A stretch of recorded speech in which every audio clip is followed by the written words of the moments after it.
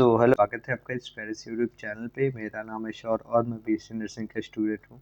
तो आज के हमारे इस वीडियो में हम बात करेंगे नॉर्सेट 10 के बारे में, जिसमें हम लोग अलग अलग जो भी लोग पहली बार एग्ज़ाम देने वाले हैं नॉर्सेट 10 का, उसमें अलग अलग जो भी पैटर्न होता है, सिलेबस, इसके साथ साथ एग्ज़ाम कब होता है, कितने फेजेस होते हैं, सबके बारे में बात करेंगे। क्या क्या गाइडलाइंस और कैसे कैसे ये होता है, ठीक है। तो इसमें आप नर्सिंग गुरुकुल को आप फॉलो कर सकते हो। वहाँ पे आपको जो भी अलग अलग एग्ज़ाम्स होती हैं उससे रिलेटेड सारी इन्फॉर्मेशंस मिल जाएंगी, और आप ये वेबसाइट भी देख सकते हो जहाँ पे आपको सारी सिलेबस और ये सब मिल जाएगा। तो चलिए देखते हैं नॉर्सेट 10 का जो क्या है, ठीक है। तो ये फुल प्रिपरेशन के लिए मतलब हम लोग इसमें बताएंगे और देखेंगे क्या क्या होता है, ठीक है। तो आप अलग अलग जगह पे यहाँ पे हम लोग को फॉलो कर सकते हो, व्हाट्सएप पे, टेलीग्राम पे और इंस्टाग्राम पे, ताकि जो भी नोटिफिकेशन आए उससे आप पूरा अवगत हो, ठीक है। तो चलिए हम लोग देखते हैं नॉर्सेट 10 के बारे में। अगर हम बात करें नॉर्सेट के बारे में, तो ये मेनली एम्स के द्वारा ही कंडक्ट होता है। एम्स दिल्ली, न्यू दिल्ली के अंदर है, तो ये मतलब ये लोग कंडक्ट करते हैं, ठीक है। अगर हम नॉर्सेट की बात करें तो नॉर्सेट का फुल फॉर्म होता है nursing officer recruitment common eligibility test, ठीक है। तो ये 10 का मतलब ये है कि 10वीं मतलब 10 साल से हो रहा है, तो इसीलिए ये 10 लगाया गया है, ठीक है। और इसमें हम आगे बढ़े तो एग्ज़ाम के लेवल की हम बात करें तो नेशनल लेवल पे होता है, क्योंकि जो भी अलग अलग एम्स हैं या फिर कोई भी ऐसे मेडिकल मतलब हॉस्पिटल्स हैं, तो वहाँ पे ये सब एग्ज़ाम्स होती हैं और इसी के थ्रू होती है नर्सिंग ऑफिसर की सिलेक्शन, ठीक है। तो आप नेशनल लेवल पे जो भी एम्स हैं सारे स्टेट्स में, तो उसके अंदर होता है, ठीक है। और एग्ज़ाम के मोड की हम बात करें तो कंप्यूटर बेस्ड टेस्ट होता है, सीबीटी, ठीक है। इसके अगर हम आगे बात करें तो दो स्टेजेस में होता है, प्री और मेन के फेजेस में। प्री में आपके जो भी अब वैसे तो मैं आगे बताऊंगा ही। और एग्ज़ाम के डेट की हम बात करें तो ये मतलब ऐसे आने का संभावना है कि 11th ऑफ अप्रैल 2026 में से लेके ये 30 अप्रैल तक आने के ऐसे, मतलब अप्रैल के मंथ में ऐसे एग्ज़ाम होने की ये है। मतलब अप्रोक्सीमेट उस समय एग्ज़ाम हो सकता है, ठीक है। अब हम मतलब दो फेजेस में होता है, तो ये हम प्री की बात कर रहे हैं, ठीक है। प्री जो होता है, जो होता है मेनली हमारा, जैसे कि आप ऐसे दो स्टेजेस में है, तो प्री और मेन होता है, ठीक है। तो प्री में होता ये है कि जो भी कॉमन ऐसे मतलब उसमें बस पास ही होना होता है। जो मेन होता है वो मेन आपका सिलेक्शन के लिए होता है, ठीक है। तो आप जैसे कि दो इसमें देख सकते हो एग्ज़ाम डेट, आपका प्री जो है वो 11th तक हो सकता है, और उसी के 1 या 2 हफ्ते बाद मेन होता है, ठीक है। तो इसमें आपके टोटल क्वेश्चंस जो होते हैं प्री के अंदर वो 100 होते हैं, ठीक है। नेगेटिव मार्किंग 1/3 होता है, मतलब कि अगर 1/3 मतलब एक गलत हुआ तो जो 1/3 मार्क्स है वो मतलब घट जाता है, ठीक है। और इसके बाद से हिंदी इंग्लिश दोनों में ही ये आता है। और ये जो है मतलब एम्स हॉस्पिटल्स के लिए और अलग अलग जो भी नर्सिंग ऑफिसर्स हैं, स्टाफ्स हैं, उनके लिए ये भर्ती होती है, ठीक है। अब हम नॉर्सेट 10 की मतलब स्टेज वाइज हम देखें तो दो फेजेस में होते हैं, जैसे कि आप यहाँ पे देख पा रहे होगे। स्टेज 1 जो है उसके बारे में है डिटेल में। अगर एग्ज़ाम डेट की हम बात करें तो अप्रैल में स्टार्ट होता है या अप्रैल से मई तक चला जाता है, ठीक है। अब हम इसमें नंबर ऑफ क्वेश्चन 100 होते हैं, जो मिनट्स होते हैं वो 90 मिनट्स होते हैं, ठीक है। और इसमें अगर शेड्यूल मतलब मार्किंग स्कीम की हम बात करें तो इसमें वन मतलब एक करेक्ट होगा तो आपको 1 मार्क्स मिलेगा, अगर मतलब गलत होता है तो 1/3 उसका मार्क्स कट जाता है, ठीक है। और इसी में अब आगे देखें तो इसमें अलग अलग 5 सेक्शंस होते हैं, जो कि 18-18 मिनट पे लॉक होते जाते हैं। जैसे कि पहला जो सेक्शन है, जैसे कि सेक्शन ABCDE, ठीक है। 5 सेक्शन हो गए, तो सेक्शन ए जो है वो 18 मिनट के लिए ओपन होगा, फिर वो लॉक हो जाएगा ऑटोमेटिक। ऐसे ही 5 स्टेजेस होते हैं, सॉरी 5 सेक्शंस होते हैं, और इसको पूरा मिला के ये 90 मिनट का मतलब कि 1 घंटे 30 मिनट 90 मिनट का होता है, ठीक है। तो इस तरीके से ये पूरा होता है। और इसमें एक चीज़ ये होता है कि आप पहले स्टेज में हो तो सॉरी पहले सेक्शन में हो, तो पहले सेक्शन से दूसरे सेक्शन में गए तो वहीं पे लॉक हो जाएगा, और दोबारा आप पीछे नहीं आ पाओगे, जैसे कि बी सेक्शन से ए सेक्शन में नहीं आ पाओगे, ठीक है।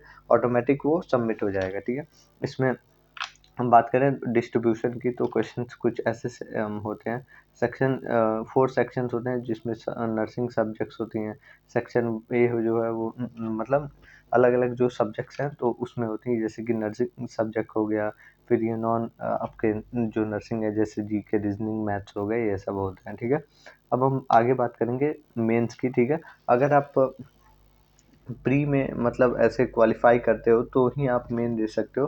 ठीक है, मेन जो है वो आने वाले मतलब एक एक या 2 हफ्ते या 3 हफ्ते ऐसे महीने में हो जाता है। ठीक है, तो मेन जो है आप प्री जब क्लियर करोगे तो ही मेन के लिए एलिजिबल होगा। ठीक है, एग्ज़ाम डेट है वो आपके 1 या 2 हफ्ते बाद ही हो जाता है उसके प्री के, जो कि इसमें 11th अगर है, 11 अप्रैल है तो ये 30 अप्रैल हो गया। ठीक है, नंबर ऑफ क्वेश्चन मेन के अंदर आपके 160 हो जाते हैं। ठीक है, और ड्यूरेशन जो है वो 180 मिनट्स हो गए मतलब कि 3 घंटे। और जो मतलब मार्किंग से स्कीम्स हैं वो सेम ही रहती है, मतलब कि +1 एक क्वेश्चन पे और 1/3 मतलब माइनस एक क्वेश्चन पे। ठीक है, और सेक्शन की हम बात करें तो अलग अलग 4 सेक्शंस होते हैं, और इसमें सब्जेक्ट वाइज ये नर्सिंग के सब्जेक्ट वाइज होती हैं। ठीक है, अब हम इसमें बात करेंगे जो भी मतलब कॉन्सेप्ट बेस या फिर ये सब स्टडीज़ के बारे में। नॉर्सिट की अगर हम सिलेबस की बात करें तो दो टाइप्स के इसमें सिलेबस होते हैं, जैसे कि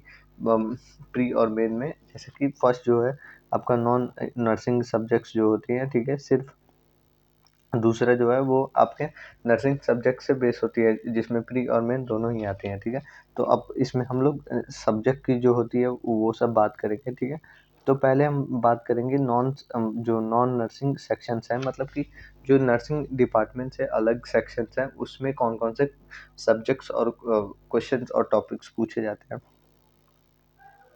तो इसमें हम सब्जेक्ट और टॉपिक्स की बात करेंगे। जीके की अगर बात करें, जनरल नॉलेज, तो इसमें आपके करंट अफेयर जो भी नेशनल और इंटरनेशनल इवेंट्स हो रही हैं, या फिर कोई भी मतलब ऐसे कोई भी फेमस पर्सनैलिटी है, या फिर ऐसे अवार्ड्स हैं, डेली बेसिस पे जो चेंजेस आ रहे हैं वो सब हो गया। ठीक है, और नर्सिंग सॉरी जनरल एप्टीट्यूड है, मैथ्स और रीजनिंग आती हैं, जिसमें वर्क जो भी जनरल मैथ्स है वो सब आ गया, या फिर जो भी बोर्ड टाइम, ये फिजिक्स और ये सब छोटे छोटे जो क्वेश्चंस होते हैं वो सब आते हैं। और लास्टली इंग्लिश है, तो इंग्लिश में आप ग्रामर, सिनोनिम, एंटोनिम्स और ये सब करेक्शन हो गया, ये सब आते हैं।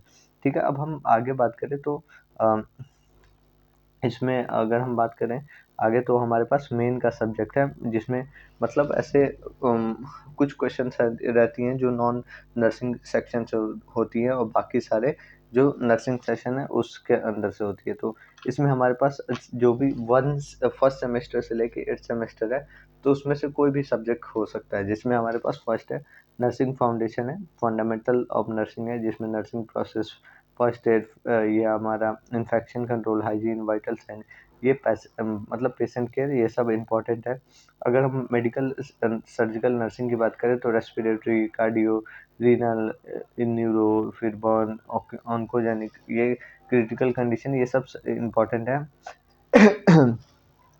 सीएचएन की हम बात करें तो इसमें कम्युनिटी में आपका जो भी हेल्थ प्रोग्राम है, एपिडेमोलॉजी है, इम्यूनाइजेशन है, एमसीएच है, फिर कम्युनिकेबल डिजीज है, ये सब इम्पोर्टेंट पार्ट है। ठीक है, अब हमारे पास ओबीजी है, तो ओबीजी में हमारे पास जो भी एंटीनेटल, इंटरनेटल, पोस्टनेटल, ये सब जो भी फैमिली प्लानिंग कॉम्प्लिकेशंस होती है प्रेगनेंसी में, वो सब इम्पोर्टेंट है। मेंटल की हम बात करें तो मेंटल में जो भी सिजोफ्रेनिया, एंजाइटी है, डिप्रेशन, पर्सनालिटी डिसऑर्डर्स और ये सब आपके जो भी इमरजेंसी होती हैं, साइकोटिक इमरजेंसीज उसमें है। ठीक है, पीडियाट्रिक में ग्रोथ डेवलपमेंट, ये सब मेजर सब्जेक्ट्स हैं, मेजर टॉपिक्स हैं, जो जिससे बहुत ज़्यादा क्वेश्चन रिपीट होती हैं। अगर आप नर्सिंग गुरुकुल को डाउनलोड करोगे ऐप को, तो वहाँ पे बहुत सारे ऐसे मतलब नोट्स मिल जाएंगे, फिर इसके साथ साथ आपको पीडीएफ मिलेगा जहाँ पे आप क्वेश्चन प्रैक्टिस भी कर सकते हो। ठीक है, इम्यूनाइजेशन हो गया, फिर नियोनेटल, ये फ्लूइड थेरेपी होगी। ठीक है, अब हम ये मतलब ऐसे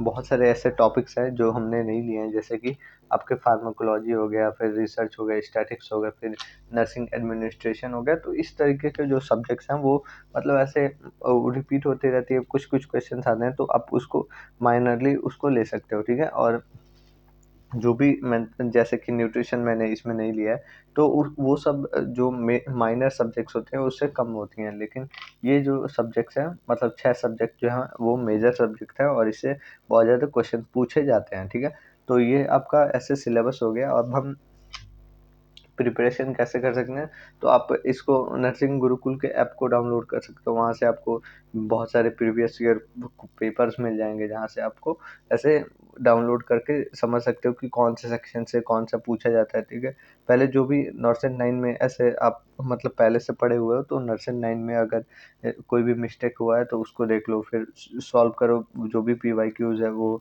ठीक है, और अवॉइड करो ज़्यादा से ज़्यादा बुक ना पढ़ने के लिए, जो भी क्वेश्चन है उसको बार बार बार और रिवाइज करने की कोशिश करो। ठीक है, और जो भी कॉन्सेप्ट है उसको अच्छे से क्लिनिकल बेस से ऐसे समझ के फोकस करने से बहुत ज़्यादा होगा। ठीक है, नॉर्सेट 9 जो 6 सब्जेक्ट मैंने बताया वो 90% क्वेश्चन को अकर करता है, सिलेबस को अकर करता है, जो कि कॉन्सेप्ट क्लियर और रिपीट फॉर्म में रिवीजन अगर करें तो उससे जो है बहुत अच्छा मार्क्स गेन हो सकता है। तो इसको आप करके कर सकते हो। ठीक है,